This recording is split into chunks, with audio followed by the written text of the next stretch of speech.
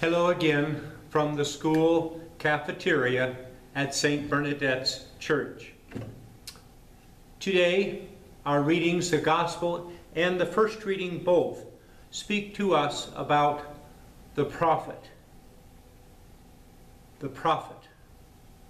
And the message that we receive in our first reading, it says, I am sending you to proclaim the word to the people. When you received baptism, the priest or the deacon anointed you on the forehead with the oil called chrism. And at that time he says, I am choosing you. God says to you, I am choosing you as a prophet. I am sending you to the people. So each of us who have received the gift of faith have a responsibility to share the good news with others. And that then is what God is depending on us to do today. We are the prophets that God sends. At the same time, our gospel is speaking about, I guess, the opposite of that. And that is that we receive the good news from those who are prophets today. That God has sent others to bring to us the good news. But the gospel says that we sometimes don't listen, don't pay attention to the words of the prophets. Why not? Well, part of it might be we don't want to.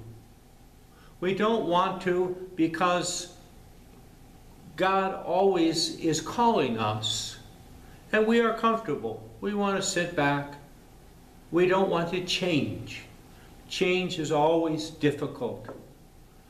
But the prophet is God's instrument, calling us to change our life, calling us to be more in conformity with gospel living, calling us to love our brothers and sisters more. Now, in the gospel, Jesus appears and he proclaims the good news, but the people say, oh, we know him. He can't be that wise. In truth, yeah, the Son of God, and they missed. Why? Because they were expecting something else. It's sort of like us when we expect something else. We expect someone else to do the work instead of us. And God is depending on us. So, today God sends you and I to proclaim the good news. But before we can go and do that, first we need to receive the good news.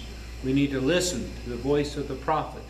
We need to see the words that are shared with us and respond with the way of our life. May God bless us all to be open to the prophets among us today.